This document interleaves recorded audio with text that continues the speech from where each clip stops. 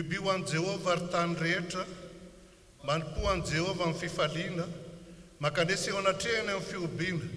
Aoka ho fantatrareo fa Jehova no Andriamanitra, izy no nanao antsika ary azy isika dia olony sy ondry fiandriny.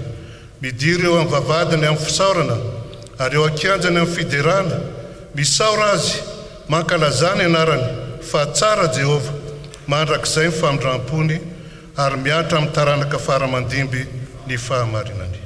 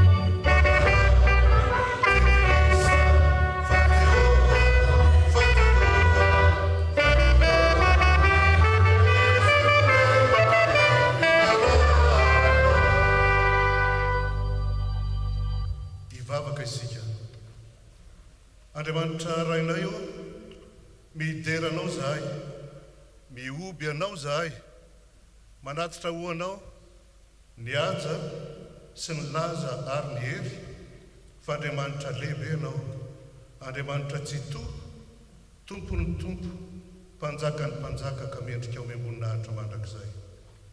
Misaotra anao zahay, fa efa sitrakao naniraka an Jesosy Kristy zanakao amin'izao tontolo izao, mba hiantso anay hiara tamin'ny maizina ao amin'ny fahazavanao mahagaga, ka nanokana anay ho mpiray lova sy mpiara-miombona ny teny fikasana ato anatin'ny fiangonanao. Andriamanitra io, mideranao koa zahay, noho ny antsonao izay tsy misy fiafarany, ary tsy mitsahatra, fa hatefanao amin'izay rehetra nofidinao, ho mpitoro ny filazantsara, ho mpanarantolona ho an'ny fanjakanao, ho vavolombelon'ny Kristy ilay velona mandrakizay. Misaotra anao zahay, noho ny nanoloranao mpitandrina anay, araka ny sitraponao. Dia Pasteur Élisée Andremiandry, izay miandry ny ondrinao amin'ny fahalalana sy ny fahendrena avy aminao. Mangataka aminao zahay, ta ity andro nalahatra ho aladin'ny mpitandrina ity, mba hitondra fifaliana tsy hafanampo vaovao hatrany ho an'ny mpanomponao, hoentiny manatanteraka ny asanao, ka azony isatrym-poninahitra tsy mety simba amin'ny fisehoan'i Jesosy Kristy lohan'ny mpiandry.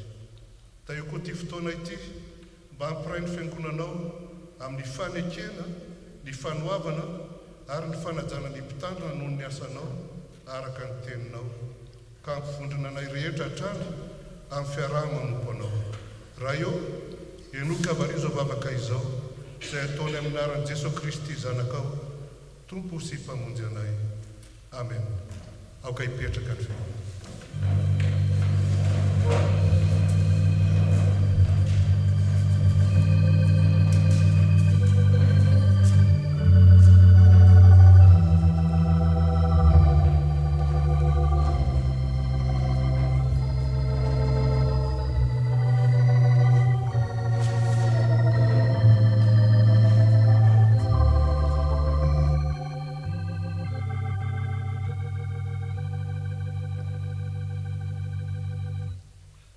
Hoy ny Tompo, miaino ahy ianareo anaka ary tandremo ny teny aloako ny vavako. Koa ianao amin'ny fanajana ary havana sady hatreto lalina izao teny hanambarana ny sitrapon'Andriamanitra izao. Maneke ny mpitondra anareo ka manohava azy fa izy miampina ny fanahinareo arak'izay tokony ataon'ny olona mbola ampamoana mba hanaovana izany amin'ny fifaliana fa tsy amin'ny fisetona fa tsy hahasoanareo zany.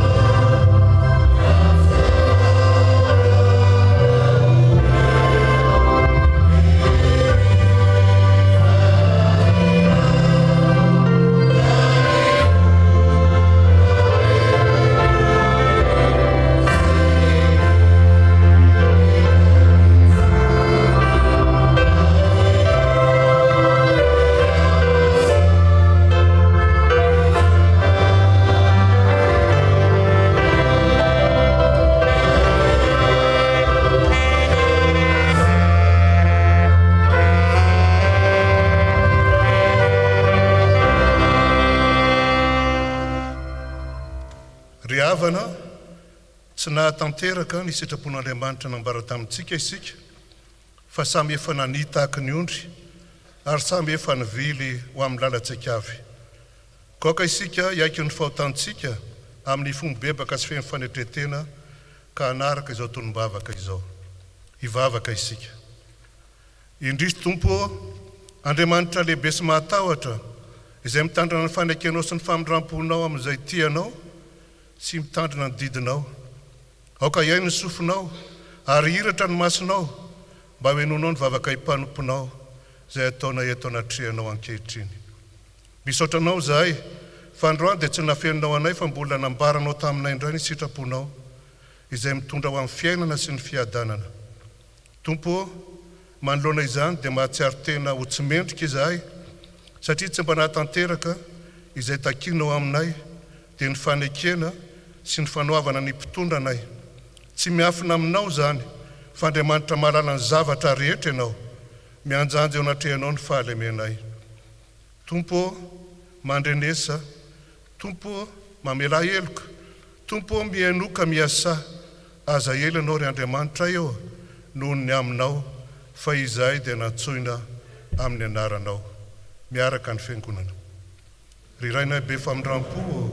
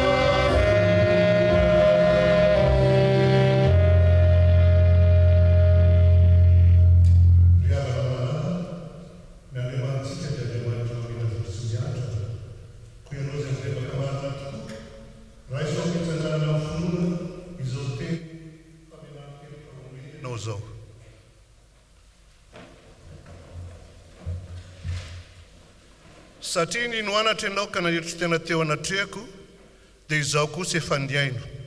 Aza matahotra ianao fa efa nanavitra anao aho, efa niantso ny anaranao aho. Ay ianao, izaho dia izaho no mambono ny fahadisoanao ary tsy ho tsarovako ny fahotanao. Voavela ny elokao mandehana ary amin'izao sisa izao aza manota intsony.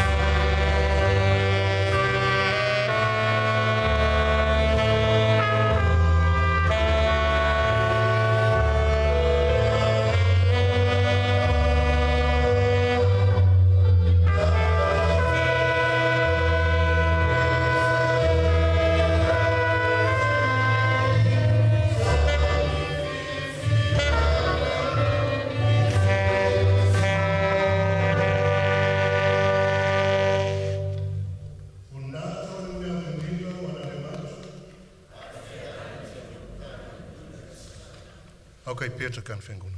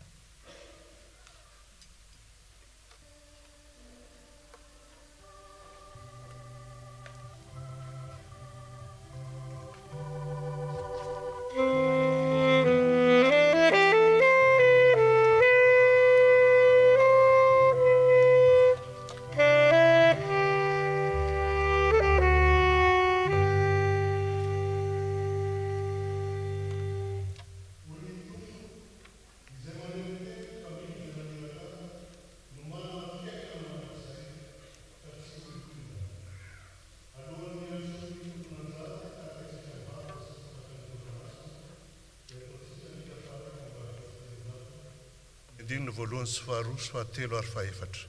Eny fiantsoana.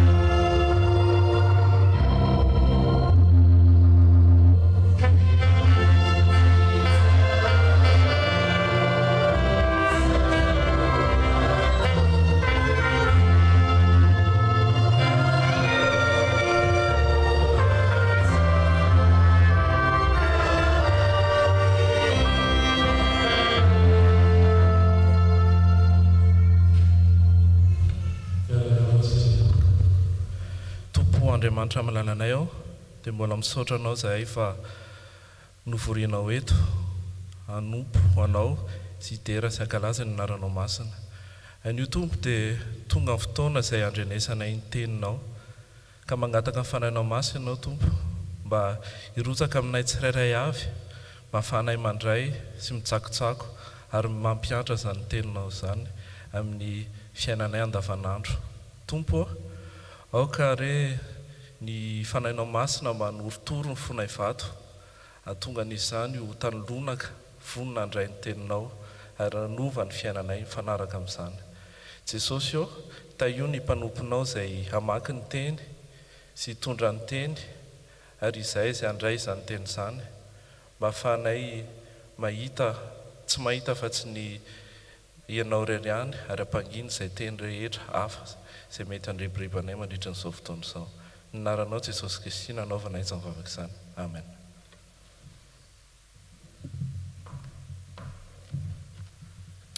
Nous allons commencer la lecture dans Jérémie, chapitre 1, versets 4 à 10. Jérémie, chapitre 1, versets 4 à 10. Je lis au nom du Seigneur.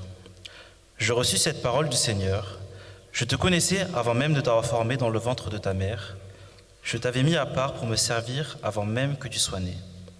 Et je t'avais destiné à être mon porte-parole auprès des nations.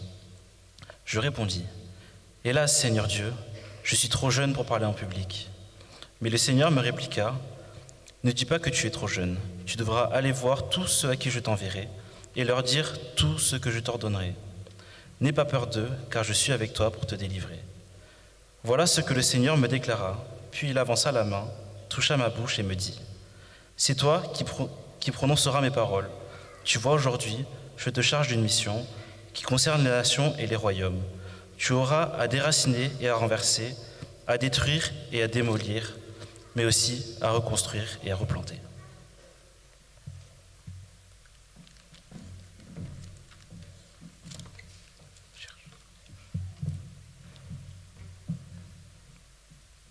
Nous poursuivons la lecture biblique dans 1 Timothée 1, versets 12 à 17.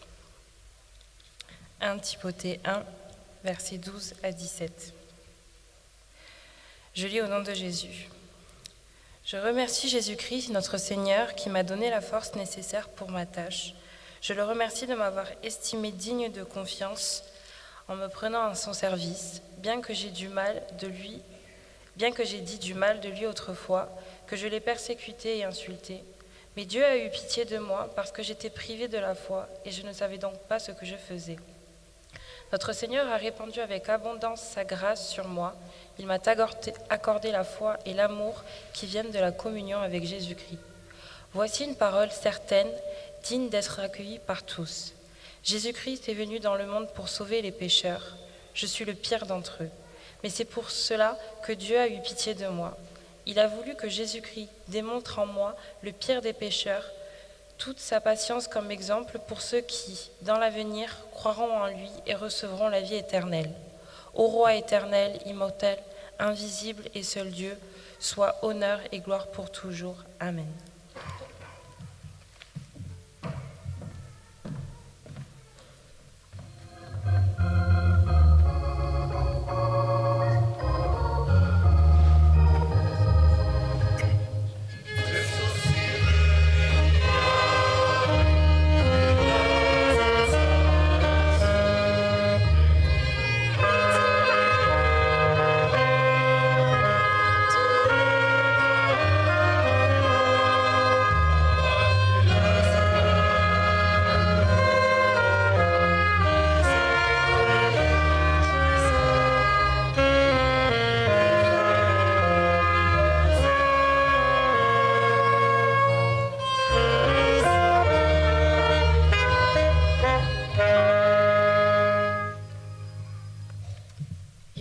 Ny filazantsaratsika izany dia hitantsika ao amin'ny jauna toko faharaiky amin'ny roapolo andimy fahadimy ambin'ny folo ka hatramin'ny fahafito ambin'ny folo. Jauna toko faharaiky amin'ny roapolo andiny fahadimy ambin'ny folo ka hatramin'ny fahafito ambin'ny folo. Amin'ny anaran'i Jesosy. Ary rehefa nisakafo izy dia hoy Jesosy tamin'ny Simona Petera: Simona zanaky Jaona, moa ny fitiavanao mihoatra noho ny fitiavany reto? Hoy izy taminy: Eny tompoko, ianao malala fa tianao aho.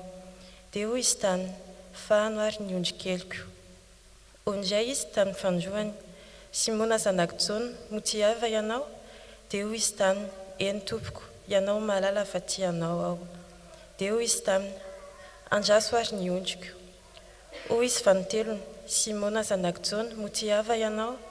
Dia nalahelo Petera satria izy nanao intelo taminy hoe: mo tiava ianao? Ka hoy izy taminy: Tompoko, ianao malala ny zavatra rehetra, fantatrao fa tianao aho. Hoy Jesosy taminy: Fano ary ny ondriko. Amen.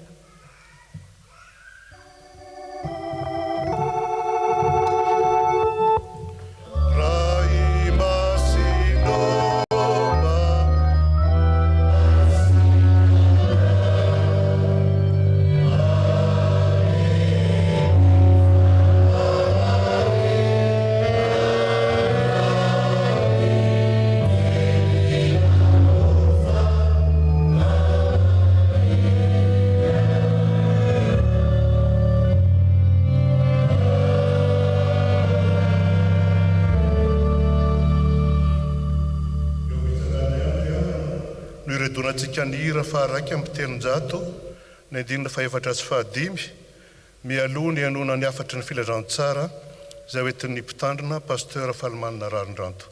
Hira faharaiky sy telonjato ny andinina faefatra sy fahadimy.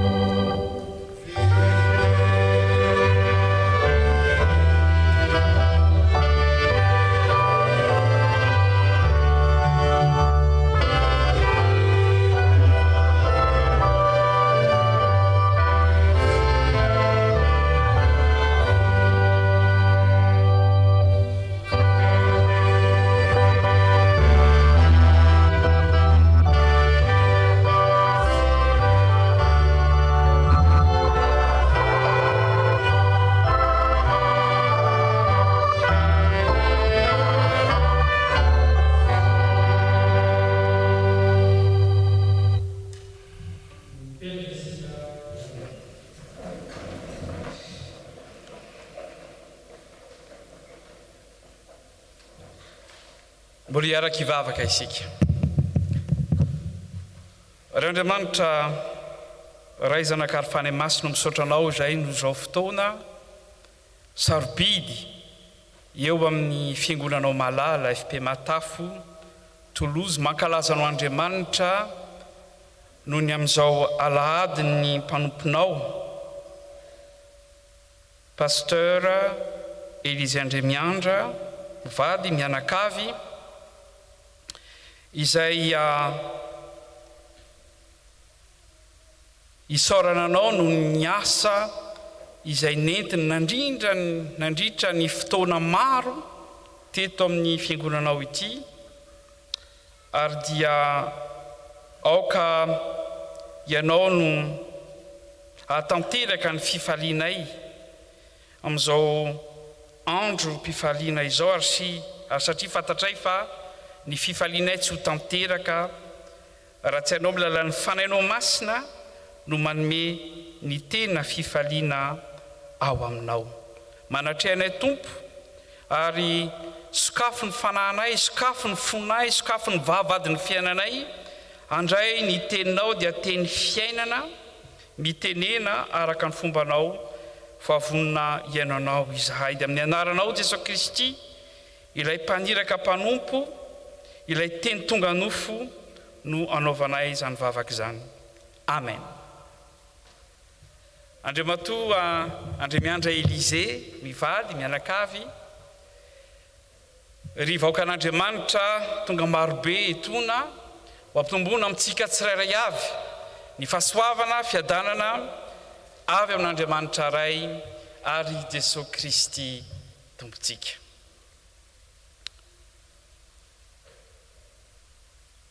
Raha nantsony fiangonana aho ho tonga androany hitondra ny teny dia nangataka pasteur inona no teny entina isaoran'Andriamanitra noho ny asa masina izay tanterahany mpanompony eto amin'ny tsika, izany hoe FPMA Tafo Toulouse, dia araka ny voasoratra tamin'ny filazantsara ny vakintsika farany teo izay verinin-droro raha tena marina verinin-telo indray mandeha izy miteny hoe fahano ny ondriko ary indroa izy miteny hoe andraso ary ny ondriko ary dia hoe fahano ny ondriko no hojerentsika miaraka.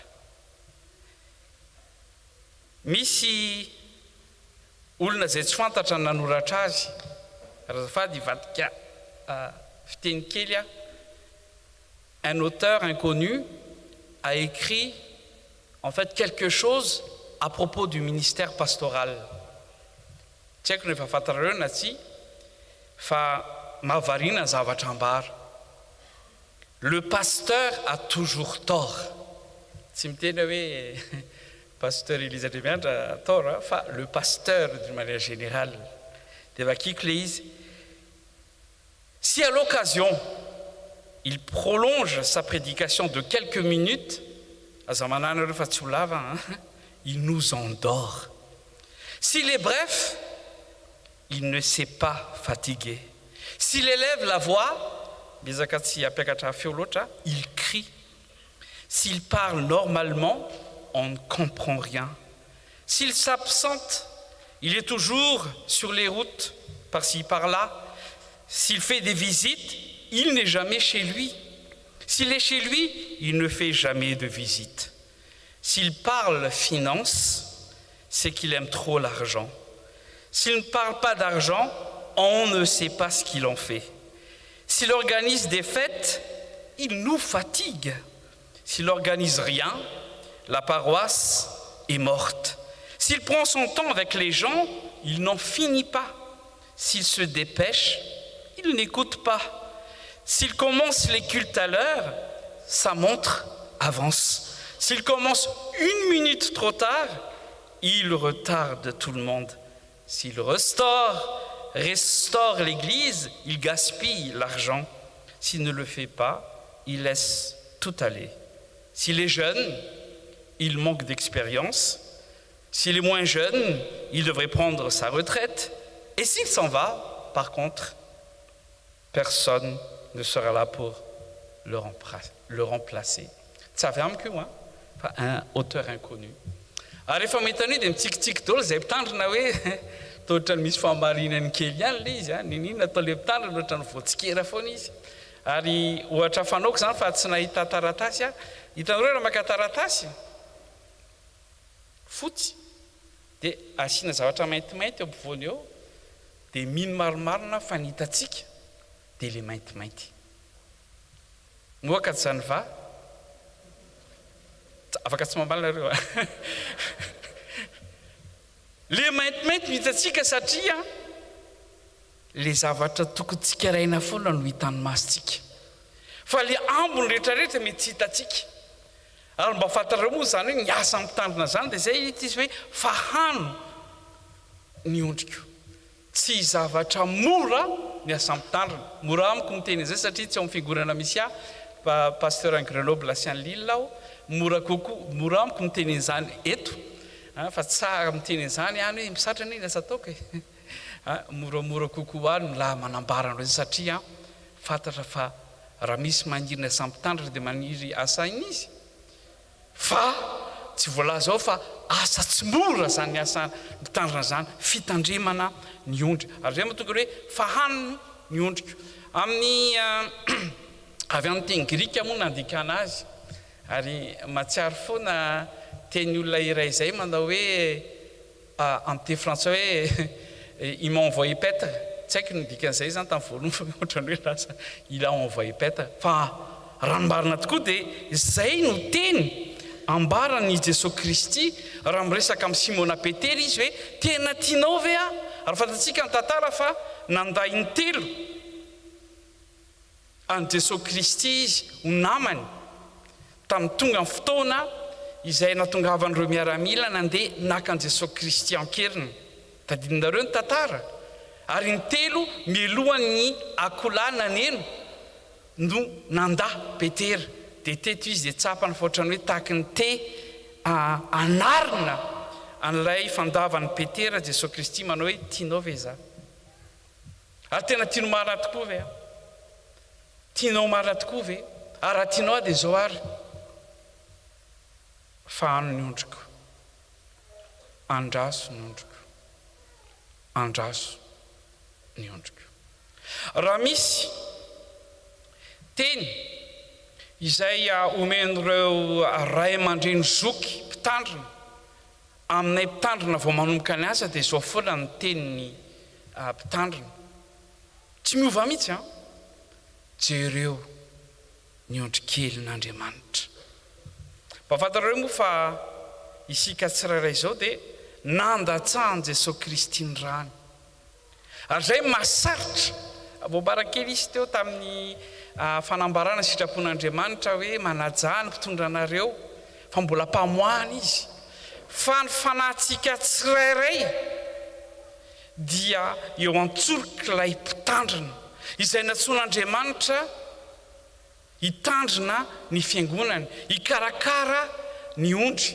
amin'ny teny grika moa zany nakana azy dia ny teny grika nakana azy dia manambara tsy miteny fotsiny hoe fahanana na hoe andrasana fa miteny zavatra maro amin'ny teny français hoe paix mes brebis zay ny lazana azy zay mahatonga ny teny hoe envoyé paître kanefa dia zay ary zay mahatonga ny mpitandrina iray sahirana raha zany iray tena hoe rehefa andeha hitory teny dia tonga saina hoe zavatra teneny keto na mahavelona na mahafaty ny fanahy zay miaino fa dia mangataka indrindra ny sitrapon'Andriamanitra tsaroko tsara tamin'ny voalohany rehefa andeha hitory teny dia nisy olona nanarina be le pastera hoe tandremo ny zavatra teneninao dia lasa le pastera miasa saina hoe raha mitenen'izao irahanina mety ho tezitra nefa le ten'Andriamanitra nitoriana ary raha mitenen'izao dia irahanina mety ho sahirana miaino an'izany ary raha mitenen'izao mety ho faly ranona raha mitenen'izao taloha tsy nisy mpeliko pariavana dia somary sahirana ny mpitandrina zany hoe rehefa tonga izy nitondra ten'Andriamanitra dia hoe vita ny toriteny dia misy olona samy teny za mihitsy ny tofirinao pastera tamin'iny tena mahery ny teninao tamiko tena tianao anarina tamin'iny nefa tsy mieritreritra an'izany mihitsy le mpitandrina ary mahafinaritra an'izao dia zay tsisy zavatra hoe texte za fantaka ataoko teny frantsay le texte devenait en fait prétexte tamin'ny fotoan'andro ary rehefa misy perikopa dia io ny ten'Andriamanitra ho toriana dia zay ary zay ny asa mitandrina mandalina n'ilay ten'Andriamanitra manomana. Misy marala ve nareo hoe firinitra na firorany manao farafakeliny manomana toroteny? Alteractif fakely raha marina dia zao farafakeliny 20 ora 20 heures minimum.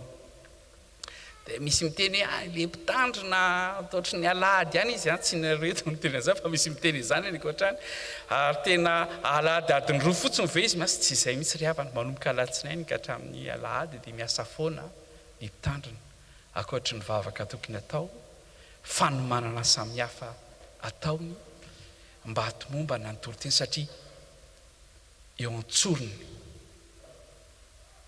ny fanahintsika tsirairay. Olona telo eto anatin'ny perikopantsika. Ny voalohany dia Jeremia izay nandray ny fiantsoan'Andriamanitra ary soa ihany fa misy an'izay.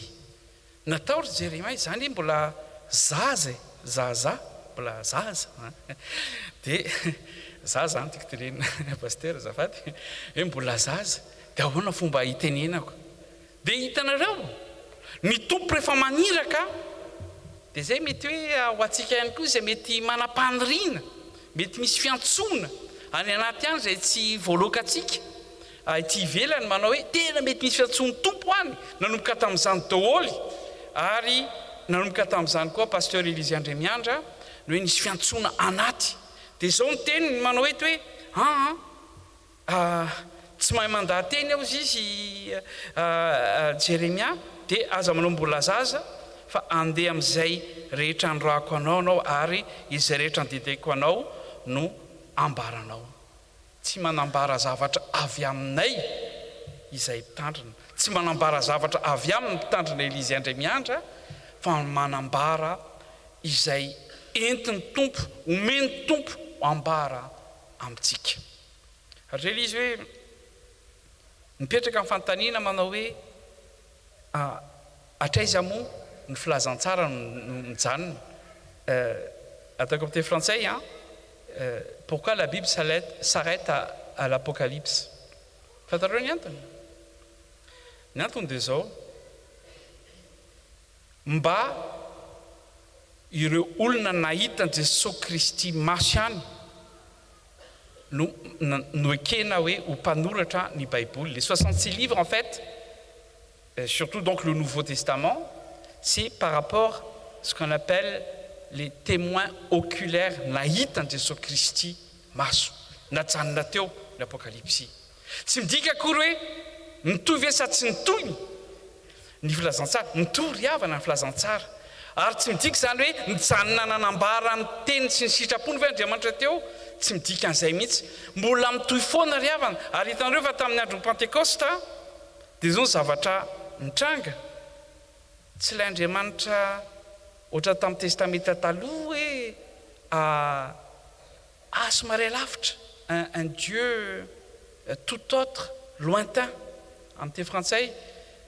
Tsy Jesosy Kristy fotsiny koa izay Andriamanitra miara-monina tamintsika olombelona, fa lasa le Andriamanitra fanahy izay aty anatsika. Ary zay ny Pentekosta ry havana. Ohatra ny pejy Virginy fotsika itenenan'ny tompo amin'izay ny filazantsarany ho antsika tsirairay ary entiny manambara ny sitrapony ho antsika tsirairay. Anisany dia ny mpitandrina izay mitory any Jesosy Kristy, mitory ny atsaran'Andriamanitra, mitory ny teny izay ambarantsika isaky ny alady.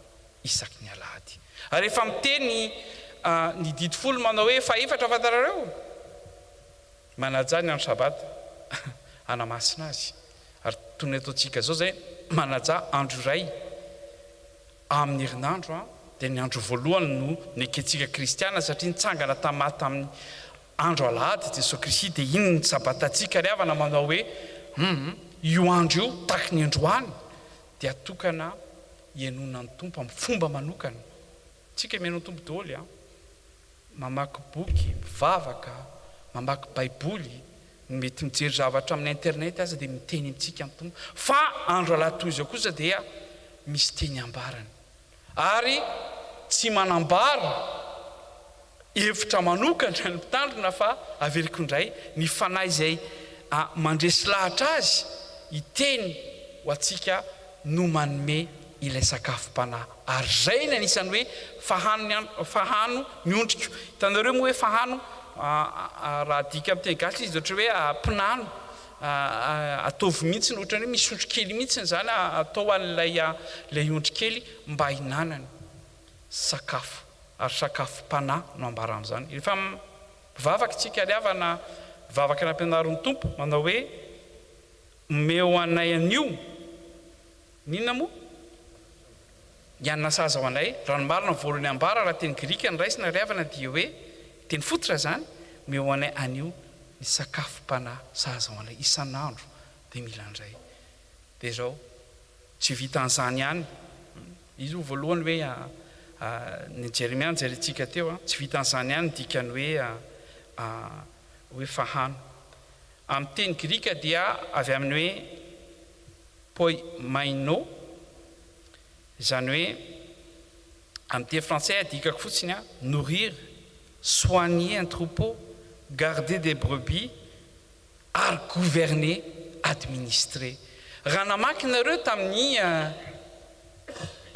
Jeremia teo raha henonareo tsara dia zao mizavatra manerana be mandray azy le andiny farany raisitsika dia miteny mihitsy hoe fahafolo dia hoe andrava taky nanapotika zavatra izay tsy mifanaraka amin'ny sitrapon'Andriamanitra fa rehefa avy eo amboly ary anarina zavatra.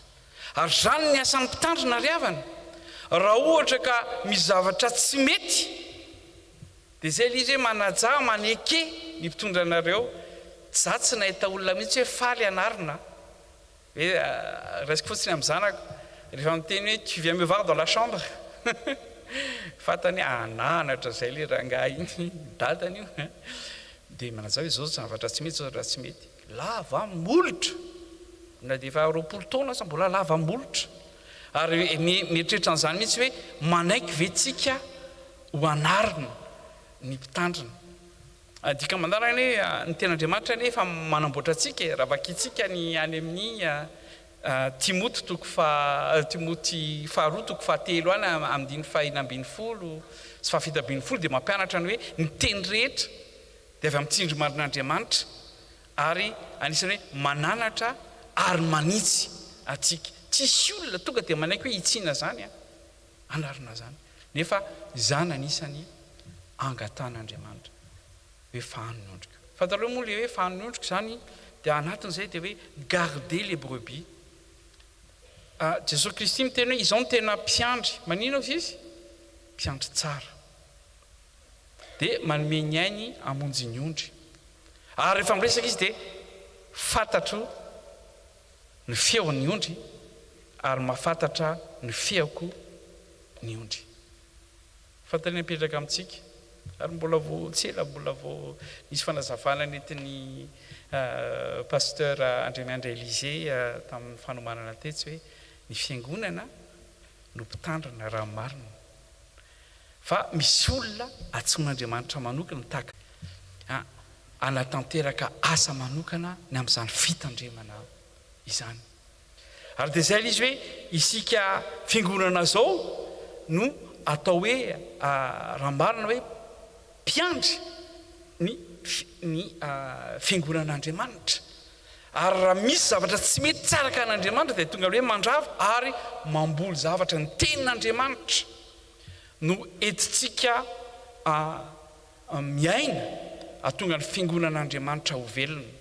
Raha mandinika tsika ny asan'ny apôstôly riavana dia zao isaky ny resaka momba ny fitomboan'ny fiangonana dia tsy on ne parle pas en fait de l'église qui grandit mais on parle toujours de la parole de Dieu qui a grandi.